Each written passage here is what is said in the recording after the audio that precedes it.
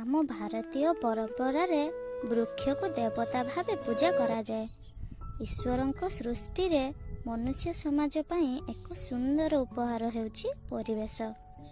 ପରିବେଶ ଆମର ପିତା ହେଲେ ବୃକ୍ଷ ହେଉଛି ଆମର ମା'।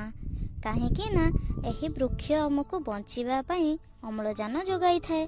ନିଜେ ଅଙ୍ଗାରକାମ୍ଳ ରୂପକ ବିଷକୁ ଗ୍ରହଣ କରି ଆମକୁ ଅମ୍ଳଜାନ ରୂପକ ଅମୃତ ପ୍ରଦାନ କରିଥାଏ। ଏହି ଅମୃତ ପ୍ରଦାନକାରୀ ମାଙ୍କର ସଦାସର୍ବଦା ସୁରକ୍ଷା କରିବା ଉଚିତ।